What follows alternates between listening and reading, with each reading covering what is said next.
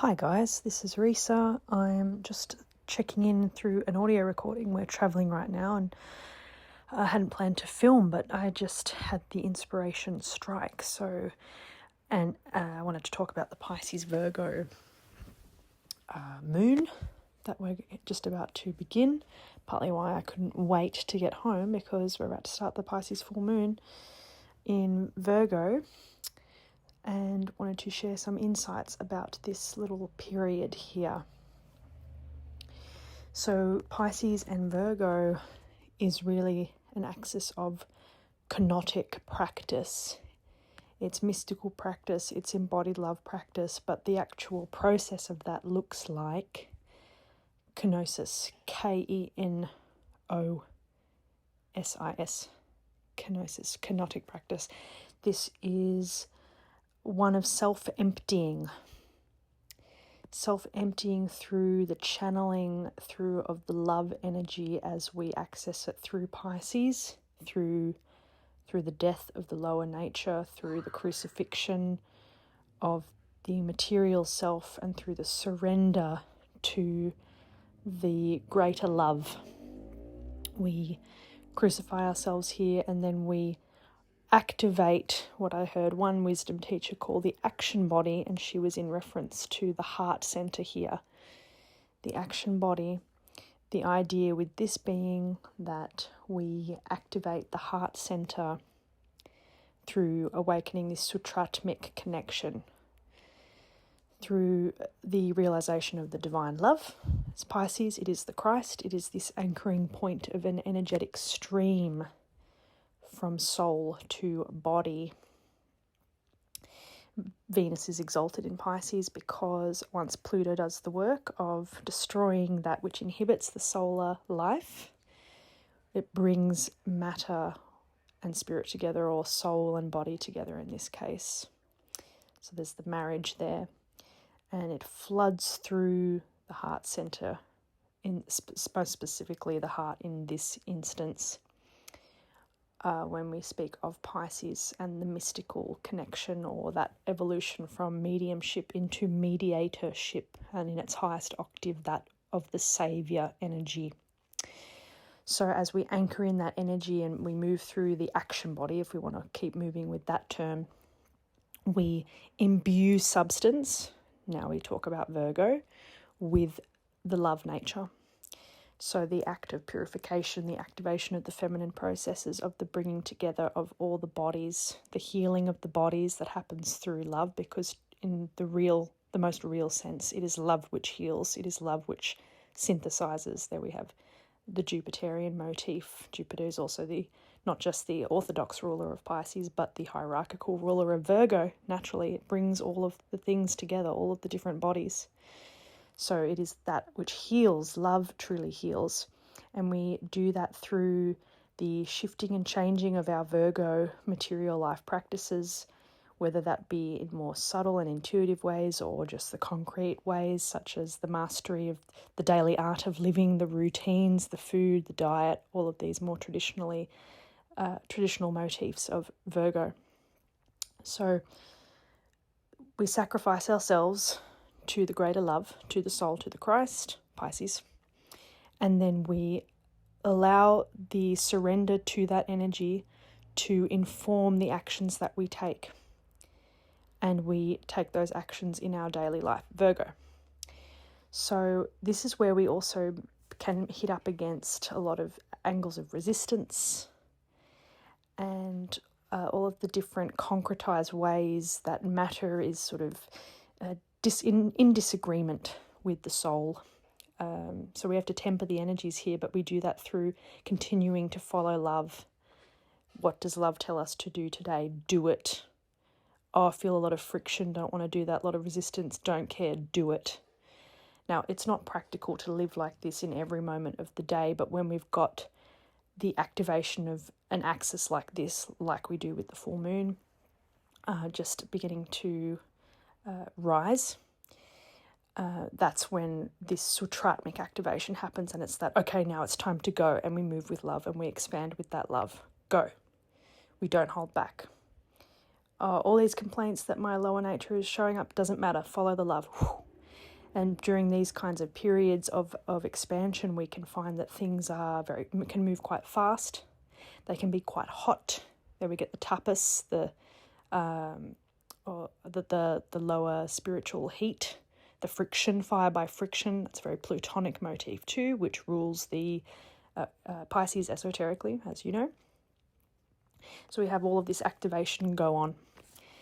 And it's like keep moving with love. You keep meeting the edges of substance, and you breathe more of that Sutratmic life energy into the picture. Okay?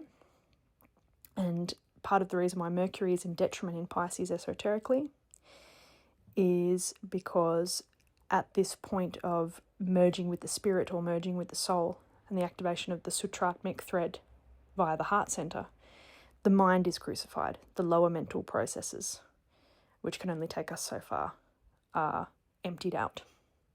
So the mind must surrender, and this is that point of that no return point that people come up against, that threshold point that a lot of people will hit that point and then they'll retract back rather than taking that jump forward. That's why we call it a leap of faith, or the angle of faith as it pertains to the religious attitude, the Christian attitude, having faith to move and to follow that will and that spirit and what the soul is demanding, despite those angles of resistance and the fears and our materialistic preferences. Oh, but if I do that, then what does that mean for X, Y, Z? There's a little bit of that angle too with Capricorn, which is another death sign like Pisces, where in its lower Saturnian restriction and sense of bondage, there's the arrogance and the pride of the mind that doesn't want to bend itself, or doesn't want to have itself shattered. That's the fall of the Tower of Babylon here. So that is why Mercury is in detriment in Pisces from the esoteric understanding of it, from its higher octave. And so we surrender the head and we follow the heart. This is the intelligence of the Pisces-Virgo axis. And the mind becomes the servant. It's Virgo and its associations with service, the servers, and healing, that which helps bring things back together in the name of a deeper unifying principle. The mind in its discriminatory faculty and its technical brilliancy as an aspect of Virgo comes online here as that designer refiner in service to the God principle or the solar principle. So these are some points to think about with this full moon happening basically right now. And this is also coinciding with Venus through Leo, which is a potent placement for Venus with her fifth ray orientation, which is also a ray to express through Leo. But the cliff notes of this movement with Venus is the bringing forth of that solar light. We know that the sun also esoterically rules Leo, however, it is a co-ruler, or veils rather, Neptune, which brings it into relationship with Pisces. They are two of the Christ signs, where Leo becomes the fixed holding point of that solar energy, the true self. That's the higher octave of the self-orientation of Leo, the Christ child. And the holding of that with the knowing, a real fixity in the knowing of that higher self, of the true self. Not everybody is going to be responding to it quite at that level yet, but there may be inklings, certainly for many of you who are interested in this material and sense intuitively some of the esoteric components of our cosmos. So an alignment of the love principle, of the solar principle. It's a very strong spiritual axis, the Pisces-Virgo axis. Both of these signs hold rays 2 and 6. So the path of love, of this streaming forth of the healing energy of the Christ. And in terms of the practicals, coming back to this idea of kenosis. And if you do find that you've got a rise in nervous energy, which is often attributed to the mutable signs generally, but certainly Virgo with its OCD tendencies and the bits and pieces, the details, and that mercurial side of the nervous system also, there's something to think about in terms of anxiousness and anxiety as the turning inward of creative energy or force. Right, it's something that's not able to express fully. This idea, once again, of the contracted hose or the hose that's knotted up. So there's an inhibition, which is also a key word of Pisces, an inhibition of the flow of love. So if you have rising nervousness or sensitivities during this time, it's all par for the course. It's part of what we meet up against in terms of what I spoke of before with limitations and restrictions, but the invitation is to keep moving forward, to keep expanding, to keep creating, to keep trying to redirect the energies into the outer life, flowing our energy into material life. That's also the hidden psychological component of Virgo, with the moon being the esoteric ruler, and so speaking to the healing and the synthesis and the bringing together of all of the multitude of the bodies within matter, moon, and substance, the synthesis of the personality vehicles, the healing element. There's both a physical and a psychic and a mental component to that.